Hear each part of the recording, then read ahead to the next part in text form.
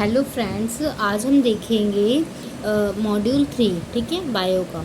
और जो कि हमारा क्या है, जेनेटिक्स। ठीक है, जेनेटिक्स हम पढ़ने वाले हैं। ओके, तो हमारा आपको जेनेटिक्स टर्म स्टार्ट करने से पहले हम ये बताना चाहेंगे जो जेनेटिक्स क्या ही है। देखो, जेनेटिक्स मतलब जीन्स। ओके, और हेयरडिटी मतलब जीन्स की हेयरडिटी वेरिएशन, मतलब जीन्स की हेयरडिटी की जीन्स जो है वो उनकी जो हेयरडिटी मतलब उनके ट्रेड्स है वो किस तरीके से वेरी करते हैं। ओके, तो हमारा फर्स्ट टर्म आता है हमारा जीन्स। ठीक है, तो जीन्स है क्या, ये एक हेयरडिटी की एक यूनिट होती है। ओके, इसको heredity it are the unit of heredity. Heredity होती है उसकी यूनिट होती है जीन्स। अब यूनिट हेयरडिटी वर्ड आ गया तो इसका मतलब क्या होता है। हेरिडिटी का मतलब होता है स्टडी ऑफ ट्रेड्स। ठीक है, स्टडी ऑफ ट्रेड्स और ट्रेड्स को ले जाने। ठीक है, देखो, स्टडी ऑफ ट्रेड्स को तो हेरिडिटी बोलते हैं और ट्रेड को ले जाने की प्रोसेस को हम बोलते हैं इनहेरिटेंस। ओके, तो इनहेरिटेंस टर्म आ गया।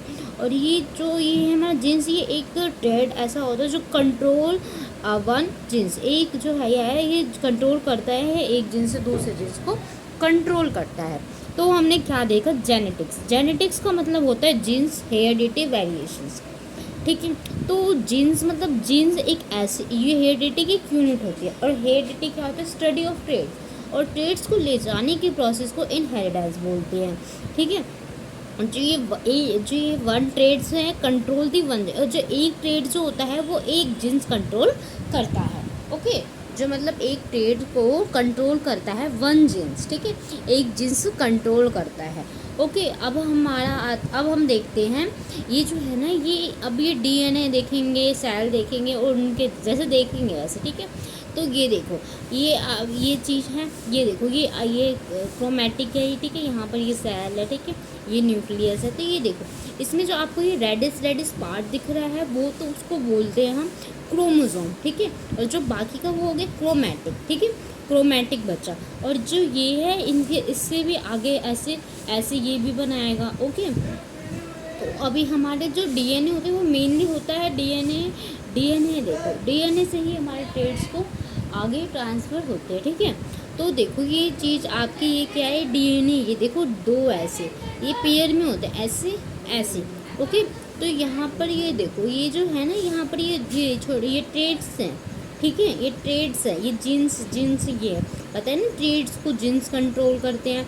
ठीक है, तो ये डीएनए और प्रोटीन, ये जो डीएनए और प्रोटीन से बना हुआ है।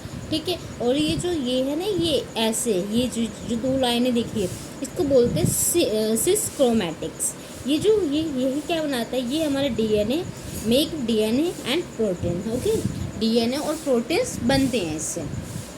ओके, तो हमने क्या देखा, हमने तो देखा कि ये है, इसमें ये जो रेडिस पार्ट है वो तो होता है हमारा क्रोमोसोम, और जो अंदर का जो बचा हुआ है वो होता है क्रोमैटिक। ठीक है, और ऐसे ही फर्दर ये डिवाइडेड होते रहते हैं। ये हमारा जो डीएनए, ठीक है, डीएनए पेयर में होते हैं। ठीक है, तो ये सिस क्रोमैटिड्स, ठीक है, क्रोमैटिड्स है। ठीक है, ये जो है ये इनको यहाँ पर जीन्स होते हैं और डीएनए और प्रोटीन्स को बनाते हैं। और आपको भी पता होगा कि क्रोमोसोम के कितने होते हैं पेयर, 23 पेयर होते हैं। 23 कहने का मतलब इसका डबल करेंगे क्योंकि पेयर्स में होते हैं तो ये 46 हो जाएंगे। ठीक है, जिसमें कि हमारा क्या होता है, जिसमें कि हमारे एक ऑटोसोम होते हैं और एक होते हैं सेक्स क्रोमोसोम। ठीक है, ऑटोसोम जो होते हैं वो XX होते हैं। ठीक है, जो कि जिसके कि 22 पेयर्स बनते हैं ऑटोसोम्स के, 22 होते हैं जो कि XX होता है। और जो हमारा जो सेक्स होता है, सेक्स क्रोमोसोम होते हैं, वो हमारा डिसाइड करता है कि सेक्स कैसा है, कि मेल है या फीमेल है। इसका सिर्फ 1 पेयर होता है। ठीक है, 22 पेयर्स यहाँ पर है, 1 पेयर यहाँ पर है। जो 1 पेयर है वो तो मेल और फीमेल का डिसाइड करेगा। जैसे कि ये तो XX 22 के होते हैं। ठीक है, अगर XY बचा, इसमें सिर्फ Y आ गया तो वो मेल डिसाइड हो जाएगा, और X आ जाएगा तो फीमेल हो जाएगा। फीमेल्स में भी आपको पता है कि फीमेल्स और मेल्स में दोनों ही 22 पेयर्स XX के दोनों के ही होते हैं। ठीक है, बस डिफरेंस हो जाता है, सेक्स में आ जाता है, ये एक XX हो जाता है और मेल में XY हो जाता है। ठीक है, अब हम देखेंगे सेल डिवीज़न। जो सेल डिवीज़न है वो टेस्टिस सॉरी जो सेल डिवीज़न है वो अब हम देखें जर्म सेल, ठीक है। जर्म सेल क्या होता है? जर्म सेल नाम से ही आपको पता कोई जर्म सा कोई बैक्टीरिया वैक्टीरिया होगा, बट ऐसा नहीं है। जर्म सेल जो होते हैं टेस्टिस है, ठीक है। जो कि ये देखो, ये जो होते हैं 2Na, ठीक है। मियोसिस होता है, स्पर्म सेल, ये ऐसे ऐसे वो होते रहते हैं, ठीक है। तो अभी हमारा एक काम आता है स्टोमेटिक सेल्स, सोमैटिक सेल्स, ठीक है। ये टर्म आपको पढ़ना अभी मेनली मैं आपको टर्म्स बताती हूँ, ठीक है, क्योंकि अभी इसको थोड़ा टाइम लगेगा, क्योंकि हमें टर्म्स के बारे में हमें नॉलेज नहीं है, ठीक है। तो हमारा क्या होता है? Somatic cell. सोमैटिक सेल क्या होता है? Normal cell.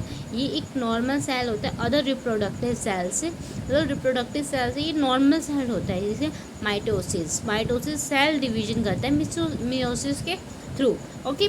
तो अभी तो हमने ये चीज़ ही पढ़ी, ठीक है। अभी हम इसके नेक्स्ट टर्म से मतलब वो करेंगे, सेल डिवीजन देखेंगे, ठीक है। तो सेल डिवीजन से अभी मैंने आपको बताया कि माइटोसिस और मियोसिस, ठीक है। तो माइटोसिस में भी मैंने आपको बताया था अभी कि 2N होते हैं, ठीक है। तो यही चीज़ है हमारी, टर्म्स देखेंगे जो माइटोसिस होते हैं। माइटोसिस में ये हमारे सेंट्रोसोम, ये हमारा ये DNA या RNA, ठीक है। तो ये देखो आपके ये क्या है, ये जो पेयर में दिख रहे हैं ये वाले ऐसे जो बने हुए हैं, ये 3 है, ठीक है। अभी तो खैर 3 मानो, ठीक है, 3 है। और यहाँ पर जो ऊपर जो 2 सर्कल्स में दिख रहे हैं वो सेंट्रोसोम है, ये जिसको 2N है। फिर ये आगे फर्दर माइटोसिस बता रही हूँ मैं, ठीक है। तो फर्दर होगा तो ये क्या होगा, ये जो है ना ये वाला जो सर्कल है, ये इसकी बाउंडेड पे वो डॉटेड हो जाएगी। फिर ये धीरे धीरे ये जो सर्कल 2 सर्कल दिख रहे हैं ना, वो अलग डिवाइड से हो जाएंगे। एक यहाँ चला जाएगा, एक यहाँ चला जाएगा, ठीक है। तो ये 2N है, अभी DNA 6 ही है, DNA 6 है ना, 2 2 2, ये 6 हो गए, 3 के पेयर है तो 6 हो गए, ठीक है।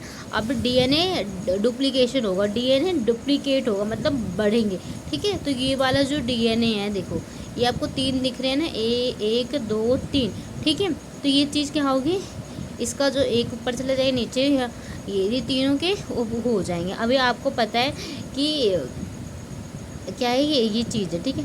तो अभी ये एक ऐसे गया, ठीक है, फिर ये कैसे गया, फिर ऐसे गया, ठीक है। तो ये डुप्लीकेशन हो रहा है अभी। तो डुप्लीकेशन में क्या होगा, ये ऐसे डुप्लीकेट हो गए, तो मतलब यहाँ 6 थे ना, मतलब 6 चेने थे, तो यहाँ 12 बन जाएंगे। इसी का एक पेयर के 4 बन जाएंगे। तो ऐसे तो ये 4 बन जाएंगे। इसमें जो होता है DNA डुप्लीकेशन होता है स्पाइंडल फाइबर्स, ठीक है। ये जो है ये स्पाइंडल फाइबर्स होते हैं ये, और जो ये 2 हमारे सेंट्रोसोम्स है वो दोनों अलग अलग हो गए, ठीक है। अब DNA कितने बन गए? 12 बन गए, क्योंकि यहाँ 6 से डुप्लीकेशन हुआ, डुप्लीकेशन 4 × N मतलब N कितने थे आपके? N थे हमारे 3 थे ना, यहाँ पर 3 दिखे थे तो 3, तो 4 × 3 12 हो जाएगा, ठीक है। अब हमारा न्यूक्लियस बनेगा, हमारा DNA तो बन गए 12, अब हमारे न्यूक्लियस बनेंगे। तो न्यूक्लियस से न्यूक्लियस, तो यहाँ पर ये जो हमारे जो सेंट्रोसोम थे ना, ये दोनों अलग अलग हो गए। एक सेंट्रोसोम यहाँ आ गया, एक सेंट्रोसोम यहाँ पर आ गया, तो ये तो 2Na बन गया, ये भी 2Na बन गया। अब क्या होगा, साइटोप्लाज्म डिवीजन से ये दोनों जो हैं हमारे सेल, ये अलग अलग हो जाएंगे, ओके। अब हम देखते हैं यही चीज़ है, ये देखो, 1 parent cell leave to the formation of the two daughters, ठीक है। डॉटर सेल, जो एक पेरेंट सेल ने छोड़ा, formation of the 2 daughter cell, ठीक है। और द नंबर ऑफ जो क्रोमोसोम है रिमेन सेम ही रहेंगे, remain same at the parent cell. It is the meiosis known is equivalent division. In other stomatic cells variation will be at least parents, ठीक है। बस, थैंक यू।